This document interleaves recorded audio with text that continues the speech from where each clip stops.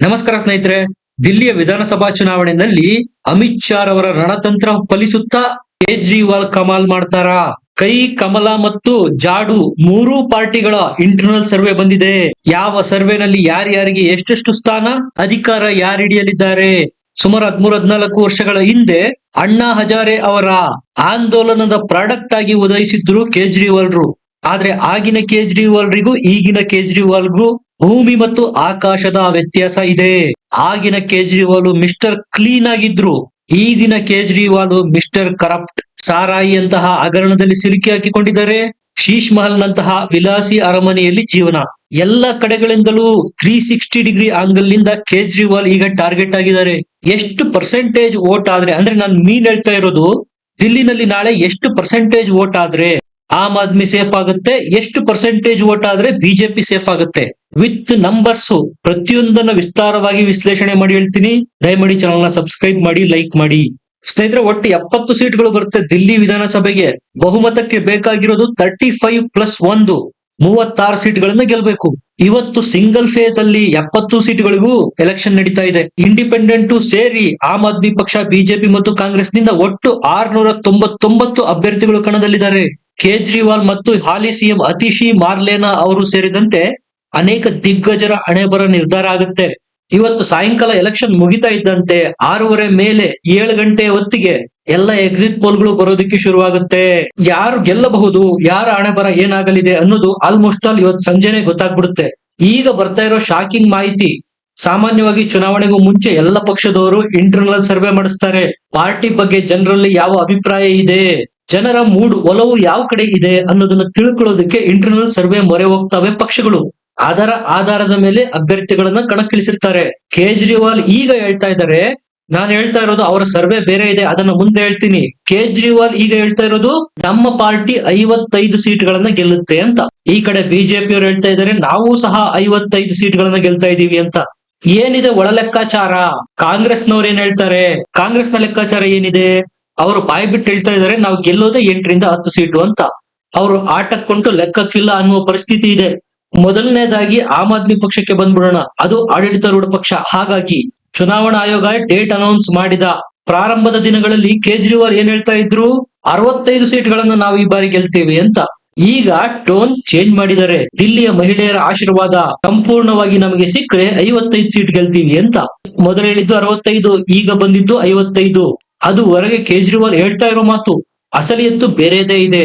ಕೇಜ್ರಿವಾಲ್ ದಿಲ್ಲಿಯ ಅಶೋಕ ರೋಡ್ ಅಲ್ಲಿ party office ಅಲ್ಲಿ ಒಂದು ಮೀಟಿಂಗ್ ಮಾಡಿದ್ರು. ಎಲ್ಲ ವಿಧಾನಸಭಾ ಕ್ಷೇತ್ರಗಳಿಂದನೂ ಆಮ್ ಆದ್ಮಿ ಪಾರ್ಟಿಯ ಕಾರ್ಯಕರ್ತರು ಮತ್ತು ನಾಯಕರು ಸರ್ವೆನ ಒತ್ತು ತಂದಿದ್ರು. ಅಷ್ಟೇ ಅಲ್ಲದೆ ಪ್ರಶಾಂತ್ ಕಿಶೋರ್ದು ಒಂದು ಪ್ರಿಡಿಕ್ಷನ್ ಇದೆ ಆಮ್ ಆದ್ಮಿ ಪಕ್ಷದ ಬಗ್ಗೆ. ಅವ್ರು ಹೇಳಿರೋದು ಆಮ್ ಆದ್ಮಿ ಪಕ್ಷ 30 ಸೀಟ್ಗಳನ್ನ ಗೆಲ್ಲುತ್ತೆ, ಆದ್ರೆ ಅದಕ್ಕಿಂತ ಹೆಚ್ಚಿನದನ್ನ ಈ ಬಾರಿ ನಿರೀಕ್ಷೆ ಮಾಡೋದಿಕ್ಕೆ ಆಗೋದಿಲ್ಲ ಅಂತ. ಇದು ಕೇಜ್ರಿ ನಿದ್ದೆಗೆಡಿಸಿರೋದು. ಇಂಟರ್ನಲ್ ಸರ್ವೆನಲ್ಲೂ ಅದೇ ಬಂದಿರೋದು. ಮ್ಯಾಕ್ಸ್ ಟು ಮ್ಯಾಕ್ಸ್ 36-37 ಕೇಜ್ರಿವಾಲ್ ಪಕ್ಷ ಹೋಗಬಹುದು. ಕಾಂಗ್ರೆಸ್ನ ಇಂಟರ್ನಲ್ ಸರ್ವೆ ಇದಕ್ಕಿಂತ ಅಚ್ಚರಿ. ಅಲ್ಲಿ ಆಮ್ ಆದ್ಮಿ ಪಕ್ಷ ಅಧಿಕಾರಕ್ಕೆ ಬರುತ್ತೆ ಅಂತ ಬಂದಿಲ್ಲ, ಬಿಜೆಪಿ ಅಧಿಕಾರಕ್ಕೆ ಬರುತ್ತೆ ಅಂತ ಬಂದಿರೋದು. ಮ್ಯಾಕ್ಸ್ ಟು ಮ್ಯಾಕ್ಸ್ 8-10 ಸೀಟ್ಗಳನ್ನ ಕಾಂಗ್ರೆಸ್ ಗೆಲ್ಲಬಹುದು ಅಂತ ಅವರ ಸರ್ವೆ ಹೇಳ್ತಾ ಇದೆ. ಅವರಲ್ಲಿ ಯಾವ ರೀತಿ ಆತ್ಮವಿಶ್ವಾಸ ಇದೆಯಪ್ಪಾ ಅಂದ್ರೆ, ಬಿಜೆಪಿ ನಂಬರ್ 1 ಪಾರ್ಟಿ ಆಗುತ್ತಂತೆ, ದಿಲ್ಲಿನಲ್ಲಿ 2ನೇ ಅತಿ ದೊಡ್ಡ ಪಾರ್ಟಿ ಕಾಂಗ್ರೆಸ್ ಆಗುತ್ತಂತೆ. ಅಂದ್ರೆ ಆಮ್ ಆದ್ಮಿ ಪಾರ್ಟಿಗೆ 3ನೇ ಸ್ಥಾನನ? ಎಲ್ಲ ಒಂದ್ ಕಡೆ ಇದನ್ನ ನಂಬೋದು ಸ್ವಲ್ಪ ಕಷ್ಟ ಅನ್ಸುತ್ತೆ. ಅದು ಒಂದ್ ಕಡೆ ಇರಲಿ. ಈಗ ಆಮ್ ಆದ್ಮಿ ಪಾರ್ಟಿ ಸರ್ವೆಗೆ ಬರೋಣ. ಮೇಲ್ನೋಟಕ್ಕೆ ಕೇಜ್ರಿವಾಲ್ ಉತ್ತರ ಕುಮಾರ್ನ ಪೌರುಷ ತೋರಿಸ್ತಾ ಇದ್ರು, ಒಳಗೆ ಎಲ್ಲೋ ಒಂದ್ ಕಡೆ ನರ್ವಸ್ ಆಗಿದ್ದಾರೆ. ಪ್ರಶಾಂತ್ ಕಿಶೋರ್ ಅವರ ಪ್ರಕಾರ 30 ಸೀಟ್ಗಳು ಆಮ್ ಆದ್ಮಿ ಪಕ್ಷಕ್ಕೆ ಬರುತ್ತೆ, ಉಳಿದದ್ದೆಲ್ಲ ದೇವರಿಗೆ ಬಿಟ್ಟಿದ್ದು ಅನ್ನೋ ಪರಿಸ್ಥಿತಿ ಇದೆ ಆಮ್ ಆದ್ಮಿದು. ಅವರ ಪಕ್ಷದ ಇಂಟರ್ನಲ್ ಸರ್ವೆನಲ್ಲಿ ಬಂದಿರೋದು 30 ಸೀಟ್ಗಳು ಪಕ್ಕಾ ಬರುತ್ತೆ. ಆದ್ರೆ ಬಾರ್ಡರ್ ಲೈನ್ ಅಲ್ಲಿ 12 ಸೀಟ್ಗಳಿದಾವೆ. ಆ 12 ಸೀಟ್ ಗೆದ್ರುನು ಕೇಜ್ರಿವಾಲ್ ಗೆಲ್ಲೋದು 42 ಕ್ಷೇತ್ರಗಳಲ್ಲಿ ಮಾತ್ರ. 12 ಸೀಟ್ ಗೆಲ್ಲುವ ಚಾನ್ಸಸ್ ಇದೆಯಾ? ಅದು ಡೌಟ್. ಕೇವಲ 35, 36, 37 ಅಥವಾ 40ರವರೆಗೂ ಕೇಜ್ರಿವಾಲ್ ಗೆದ್ರುನು ಸರ್ಕಾರ ಮಾಡೋ ಗ್ಯಾರಂಟಿ ಇಲ್ಲ. ಯಾಕೆ ಅಂದ್ರೆ ಅಮಿತ್ ಶಾ ಕೂತಿದ್ದಾರೆ ಅಲ್ಲಿ. ಸರಳ ಬಹುಮತ ಅದು ಬಹಳ ದಿನ ಉಳಿಯೋದಿಲ್ಲ. ಒಂದು ವೇಳೆ ಬೈಪೋಲಾರ್ ಕಂಟೆಸ್ಟ್ ಆದ್ರೆ ನಾನು ಹೇಳ್ತಾ ಇರೋದು, ಕೇಜ್ರಿ ಪಾರ್ಟಿ 40ರೊಳಗೆ 40ರ ಬಾರ್ಡರ್ ನಲ್ಲಿ ಕೂತ್ರೆ ಆಗ ಸರ್ಕಾರ ಮಾಡಿದ್ರು ಅದು ಸ್ಟೇಬಲ್ ಆಗಿರುತ್ತೆ ಅಂತ ಹೇಳೋದಕ್ಕೆ ಸಾಧ್ಯನೇ ಇಲ್ಲ. ಅಧಿಕಾರದಲ್ಲಿ ದಿಲ್ಲಿನಲ್ಲಿ ಮತ್ತೆ ಹ್ಯಾಟ್ರಿಕ್ ಹಿಡಿಬೇಕು ಅಂದ್ರೆ ಕೇಜ್ರಿಗೆ 40+ ಸೀಟ್ಗಳನ್ನು ಗೆಲ್ಲಲೇಬೇಕು. ಹಾಗಾಗಿ ಕೇಜ್ರಿ ಹೇಳ್ತಾ ಇರೋದು ಮಹಿಳೆಯರು ಮನಸ್ಸು ಮಾಡಿದ್ರೆ ನಾವು 60 ಸೀಟ್ಗಳನ್ನ ಗೆಲ್ತೇವೆ ಅಂತ. ಅಂದ್ರೆ 60ಕ್ಕೆ ಟಾರ್ಗೆಟ್ ಇಟ್ರೆ ಅಟ್ಲೀಸ್ಟ್ ಒಂದ್ 40 ಸೀಟ್ ಆದ್ರೂ ಬರಬಹುದು ಅನ್ನೋದು ಕೇಜ್ರಿ ಅವರ ಲೆಕ್ಕಾಚಾರ. ಇದೇ ಇಂಟರ್ನಲ್ ಸರ್ವೆನಲ್ಲೂ ಬಂದಿರೋದು. 30 ಸೀಟ್ ಅಂತೂ ಪಕ್ಕ. 30ರ ಮೇಲೆ ಆಮ್ ಆದ್ಮಿ ಪಾರ್ಟಿ ಹತ್ತಬೇಕು ಅಂದ್ರೆ ಅದು ದೇವರ ಮೇಲೆ ಭಾರ. ಇನ್ನ ಭಾರತೀಯ ಜನತಾ ಪಾರ್ಟಿಗೆ ಬಂದ್ರೆ ನಾನೀಗಾಗಲೇ ಒಂದು ವಿಡಿಯೋ ಮಾಡಿದ್ದೆ ಇದ್ರ ಬಗ್ಗೆ. ಭಾರತೀಯ ಜನತಾ ಪಾರ್ಟಿ 50 ಸೀಟ್ಗಳನ್ನ ಗೆಲ್ಲುತ್ತೆ ಅಂತ ಇಂಟರ್ನಲ್ ಸರ್ವೆನಲ್ಲಿ ಬಂದಿತ್ತು. ಈಗ ಅವರದ್ದು ಸಹ ಸಂಖ್ಯೆ ಕ್ಷೀಣ ಆಗಿದೆ. ಹಾಗಾಗಿ ಅಮಿತ್ ಶಾ ಪ್ರತಿಯೊಂದು ವಿಧಾನಸಭಾ ಕ್ಷೇತ್ರಕ್ಕೂ 3 ಜನ ಸಂಸದರಿಗೆ ಟಾಸ್ಕ್ ಕೊಟ್ಟು ಫೀಲ್ಡ್ ಗಿಳಿಸಿದರೆ ಅಭ್ಯರ್ಥಿಗಳನ್ನ ಗೆಲ್ಲಿಸುವ ಜವಾಬ್ದಾರಿ ನಿಮ್ದು ಅಂತ. ಇನ್ನ RSS ಅಂತೂ ಅದರದ್ದೇ ಆದ ರೀತಿಯಲ್ಲಿ ಆಲ್ರೆಡಿ ಡೆಲ್ಲಿನಲ್ಲಿ ಗ್ರೌಂಡ್ ವರ್ಕ್ ಶುರು ಮಾಡಿದೆ. ನಾನೀಗಾಗಲೇ ಹೇಳ್ದೆ, ಒಂದೊಂದು ವಿಧಾನಸಭಾ ಕ್ಷೇತ್ರಕ್ಕೆ 3 ಜನ ಸಂಸದರನ್ನು ನಿಯುಕ್ತಿಗೊಳಿಸಿದ್ದಾರೆ ಅಮಿತ್ ಶಾ ಅಂತ. ಅವರೆಲ್ಲರ ಜೊತೆಗೆ ಒಂದು ಮೀಟಿಂಗ್ ಮಾಡಿದ್ರು. ಆ ಮೀಟಿಂಗ್ ಅಲ್ಲಿ ರಿಪೋರ್ಟ್ ಕೇಳಿದ್ದಾರೆ, ಹೇಳಿ ನಿಮ್ಮ ಕ್ಷೇತ್ರದಲ್ಲಿ ಹೇಗಿದೆ ವಾತಾವರಣ ಅಂತ. ಆಗ ಬಂದ ಸಂಖ್ಯೆಗಳು 55 ಸ್ಥಾನಗಳಲ್ಲಿ ಬಿಜೆಪಿ ಗೆಲ್ಲುತ್ತೆ ಅಂತ.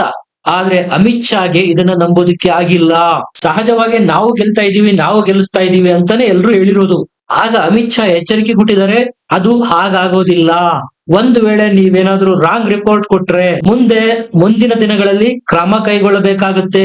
ಈಗ್ಲೇ ಹೇಳಿ, ಏನಾದ್ರೂ ಕೋರ್ಸ್ ಕರೆಕ್ಷನ್ ಇದ್ರೆ ಮಾಡಿಕೊಳ್ಳೋಣ. ಈ ಮಾತು ಯಾವಾಗ ಹೇಳಿದ್ರು ಆ ಸಂಖ್ಯೆ 48ಕ್ಕೆ ಕುಸಿತು. ಯಾವಾಗ ಮಿಸ್ಗೈಡ್ ಮಾಡಬೇಡಿ, ಬೇಕಿದ್ರೆ ಇವಾಗ್ಲೇ ಚೇಂಜ್ ಮಾಡ್ಕೊಳ್ಳಿ, ಎಷ್ಟು ಬರ್ಬೋದು ಹೇಳಿ ಅಂದಾಗ ಆ ಸಂಖ್ಯೆ 48ಕ್ಕೆ ಬಂತು. ಮತ್ತೊಮ್ಮೆ ಕೇಳಿದ್ರು ಅಮಿತ್ ಶಾ, ಇದ್ರಲ್ಲೂ ಡೆಡ್ ಶ್ಯೂರ್ ಯಾವ್ದಾದ್ರು ಇದೆಯಾ? 3,000, 4,000, 5,000 ಕೆಲವು ಸಾವಿರ ಓಟ್ಗಳ ಅಂತರದಲ್ಲಿ ಗೆಲ್ಲುವಂತವ್ ಯಾವಾದ್ರೂ ಇದಾವ? ಆ ಲಿಸ್ಟ್ ಅನ್ನು ತೆಗಿಸಲಾಯಿತು. ಆಗ ಬಂದ ಫೈನಲ್ ನಂಬರ್ 42 ಸ್ಥಾನ. ಈ 42 ಸೀಟ್ಗಳೇನಿದೆ, ಇದು ಅಮಿತ್ ಶಾ ಸ್ಟ್ರಿಕ್ಟ್ ಆಗಿ ಎಲ್ಲ ಆಂಗಲ್ ಗಳಿಂದ ಅಳೆದು ತೂಗಿ ಮಾಡಿದಂತ ಸರ್ವೆಯಿಂದ ಹೊರಹೊಮ್ಮಿರೋದು. ನೀವು ಗಮನಿಸಬೇಕಾಗಿರೋದು, ಇದು ಶುರುವಾಗಿದ್ದ ಎಲ್ಲಿಂದ? 55ರಿಂದ 48ಕ್ಕೆ ಇಳಿತು. 48ರಿಂದ ಈಗ 42. ಆಲ್ಮೋಸ್ಟ್ ಆಲ್ ಬಹುಮತಕ್ಕಿಂತ ಜಾಸ್ತಿನೇ ಬಂದಂಗೆ ಬಿಜೆಪಿಗೆ ದಿಲ್ಲಿನಲ್ಲಿ. ಇನ್ನ ಕಾಂಗ್ರೆಸ್ನ ಇಂಟರ್ನಲ್ ಸರ್ವೆ ಬಗ್ಗೆ ನಾನು ಆಲ್ರೆಡಿ ಹೇಳ್ದೆ, 8ರಿಂದ 10 ಸೀಟ್ಗಳನ್ನ ಕೈ ಪಕ್ಷ ಗೆಲ್ಲಬಹುದು ಅಂತ ಸರ್ವೆ ಕೊಟ್ಟಿದ್ದಾರೆ. ಆದ್ರೆ ಅವರು ಅಧಿಕಾರಕ್ಕೆ ಯಾರು ಬರ್ತಾರೆ ಅನ್ನೋ ವಿಚಾರ ಬಂದಾಗ ಬಿಜೆಪಿ 45 ಸೀಟ್ ಗೆಲ್ಲುತ್ತೆ ಅಂತ ಕಾಂಗ್ರೆಸ್ನ ಇಂಟರ್ನಲ್ ಸರ್ವೆನಲ್ಲಿ ಬಂದಿರೋದು. ಹೇಳೋ ತಾತ್ಪರ್ಯ ಇಷ್ಟೇ, ಆಮ್ ಆದ್ಮಿ ಪಾರ್ಟಿ ಸಿನಾರಿಯೋನ ನೀವು ಅನಾಲಿಸಿಸ್ ಮಾಡಿದಾಗ, ಬಿಜೆಪಿ ಮತ್ತು ಕಾಂಗ್ರೆಸ್ನ ಇಂಟರ್ನಲ್ ಸರ್ವೆನು ಅನಾಲಿಸಿಸ್ ಮಾಡಿದಾಗ ಎಡ್ಜ್ ಇರೋದು ಬಿಜೆಪಿಗೆ. ಸುಮಾರು 20-25 ವರ್ಷಗಳ ಡಾಟಾನ ಅನಾಲಿಸಿಸ್ ಮಾಡಿದೀನಿ. ಅದರ ಪ್ರಕಾರ ಎಷ್ಟು ವೋಟಿಂಗ್ ಪರ್ಸೆಂಟೇಜ್ ಬಂದ್ರೆ ಯಾವ ಪಕ್ಷ ಅಧಿಕಾರಕ್ಕೆ ಬರುತ್ತೆ ಅನ್ನುವ ಒಂದು ಸಣ್ಣ ಅನಾಲಿಸಿಸ್. ನಾನು ಹೇಳ್ತಾ ಇರೋದು ಮೀನ್ ವೋಟಿಂಗ್ ಪರ್ಸೆಂಟೇಜ್ 60% ಅಷ್ಟೇನಾದ್ರೂ ವೋಟಿಂಗ್ ಪರ್ಸೆಂಟೇಜ್ ಆಯ್ತು, 60% ಗಿಂತ ಹೆಚ್ಚು ಏನಾದ್ರೂ ವೋಟಿಂಗ್ ಪರ್ಸೆಂಟೇಜ್ ಆಯ್ತು ಅಂದ್ರೆ ಅದು ಬಿಜೆಪಿಗೆ ಪ್ಲಸ್. 60ರ ಆಸುಪಾಸಿನಲ್ಲೇ ನಿಂತು ಅಥವಾ 60ಕ್ಕಿಂತ ಕೆಳಗಿಳಿತು ಅಂದ್ರೆ ಆಮ್ ಆದ್ಮಿ ಪಕ್ಷ ಮತ್ತೆ ದಿಲ್ಲಿನಲ್ಲಿ 3ನೇ ಬಾರಿ ಹ್ಯಾಟ್ರಿಕ್ ಅಧಿಕಾರ ಹಿಡಿಯೋದು ಸ್ಪಷ್ಟ. ಎಲ್ರು ಎಕ್ಸ್ಪೆಕ್ಟ್ ಮಾಡಿರೋದು ಇದು ಬೈಪೋಲಾರ್ ಕಂಟೆಸ್ಟ್ ಆಗುತ್ತೆ ಅಂತ. ಅಂದ್ರೆ ಆಮ್ ಆದ್ಮಿ ಪಕ್ಷ ಮತ್ತು ಬಿಜೆಪಿಯ ನಡುವಿನ ಯುದ್ಧ. ಒಂದು ವೇಳೆ ಹಾಗೆ ಆಗಿದ್ದೇ ಆದ್ರೆ 2% ವೋಟ್ ಏನಾದ್ರೂ ಎರಡು ಪಕ್ಷಕ್ಕೆ ಡಿಫರೆನ್ಸ್ ಬಂತು ಅಂದ್ರೆ ಕೇವಲ 2% ವೋಟಿನ ಡಿಫರೆನ್ಸ್ ಬಿಜೆಪಿಗೆ ಅಧಿಕಾರದ ದಡನ ಮುಟ್ಟಿಸ್ಬಿಡುತ್ತೆ. ಇದಕ್ಕೆ ಉದಾಹರಣೆಯನ್ನು ಹೇಳ್ತೀನಿ, ರಾಜಸ್ಥಾನ ಮತ್ತು ಮಧ್ಯಪ್ರದೇಶ. ಅಲ್ಲಿ ಕಾಟೇಕ ಟಕ್ಕರ್ ಇರೋದು ಬಿಜೆಪಿ ಮತ್ತು ಕಾಂಗ್ರೆಸ್ ನಡುವೆ. ಅಲ್ಲಿ ಅಧಿಕಾರ ಹಿಡಿತಾ ಬರ್ತಾ ಇರೋ ಪಾರ್ಟಿ ಮತ್ತು ವಿರೋಧ ಪಕ್ಷದ ನಡುವಿನ ಪರ್ಸೆಂಟೇಜ್ ನ ಅಂತರ ಎಷ್ಟಿರುತ್ತೆ ವೋಟಿಂಗ್ದು? ಕೇವಲ 2-3% ಇರುತ್ತೆ ಅಷ್ಟೇ. ಈಗ ದಿಲ್ಲಿನಲ್ಲೂ ಬೈಪೋಲರ್ ಕಂಟೆಸ್ಟ್ ಆಗಿರೋದ್ರಿಂದ 60+65 ವರ್ಗೂ ಏನಾದ್ರೂ ವೋಟಿಂಗ್ ಪರ್ಸೆಂಟೇಜ್ ಹೋದ್ರೆ ಬಿಜೆಪಿಗೆ ಅಧಿಕಾರ ದಕ್ಕುತ್ತೆ. 60 ಒಳಗೆ ಬಂತು ಅಂದ್ರೆ ಕೇಜ್ರಿಗೆ ಅಧಿಕಾರ. ಇಷ್ಟೇ ಸಿಂಪಲ್ ಅನಾಲಿಸಿಸ್. ಇದರ ಬಗ್ಗೆ ನಿಮ್ಗೆ ಏನನ್ಸುತ್ತೆ ಕಮೆಂಟ್ ಮಾಡಿ, ಲೈಕ್ ಮಾಡಿ, ಚಾನಲ್ ನ ಸಬ್ಸ್ಕ್ರೈಬ್ ಮಾಡಿ. ಮತ್ತೆ ಸಿಗೋಣ, ನಮಸ್ಕಾರ.